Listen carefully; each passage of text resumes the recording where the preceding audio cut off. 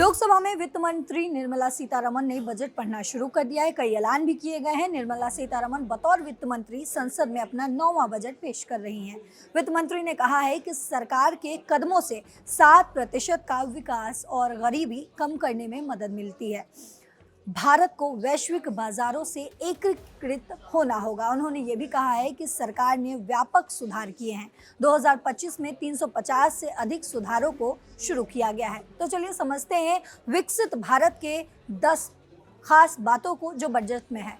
वित्त मंत्री ने ऐलान किया है कि देश में 22 नए जलमार्ग बनाए जाएंगे। ये भी ऐलान किया गया है कि देश में कैंसर और शुगर की दवाएं सस्ती हो जाएंगी।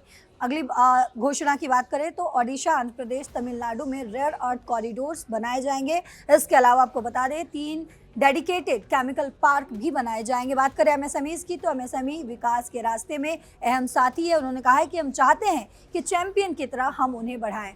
हम इसके लिए 10,000 करोड़ रुपए दे रहे हैं ताकि उद्यमियों को फायदा मिले। महात्मा गांधी ग्रामीण स्वराज इनिशिएटिव का प्रस्ताव भी दे रहे हैं।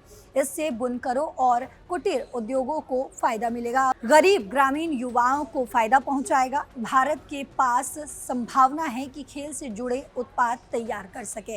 वित्त मंत्री निर्मला सीतारमण ने कहा है कि भारत को सेमीकंडक्टर हब बनाने के लिए सरकार काम कर रही है। यानी सेमीकंडक्टर में बहुत बड़ी घोषणा की गई है। सेमीकंडक्टर के लिए 40,000 करोड़ रुपए अलॉट किए गए हैं। वहीं अगले घोषणा की बात करें तो बायोफार्मा पर हमारा फोकस रहेगा। ये कहा गया हम 10,000 करोड़ रुपए अलॉट कर रहे हैं। 3 संस्थान बनाए जाएंगे। फिलहाल हमारे पास 7 संस्थान हैं जिन्हें और अपडेट किया जाएगा।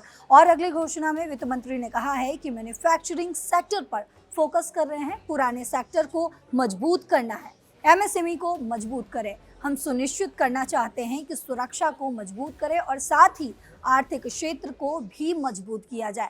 तो वहीं अगली घोषणा जो वित्त मंत्री की तरफ से किया गया वो कहा गया है कि हमारा पहला कर्तव्य है कि अर्थव्यवस्था को तेजी से बढ़ाएं, उथल पुथल वाले वैश्विक माहौल में स्थिर बने रहें। बजट का फायदा हर गरीब को हो। रिफॉर्म एक्सप्रेस तेजी से आगे बढ़ रही है। ये अपनी गति को बरकरार रखेगी। वहीं केंद्र राज्य सरकारों के साथ मिलकर भी काम किया जाएगा। तो ये तमाम लगातार घोषणाएं वित्त मंत्री की तरफ से की जा रही है और भी तमाम घोषणाएं अभी होनी बाकी है।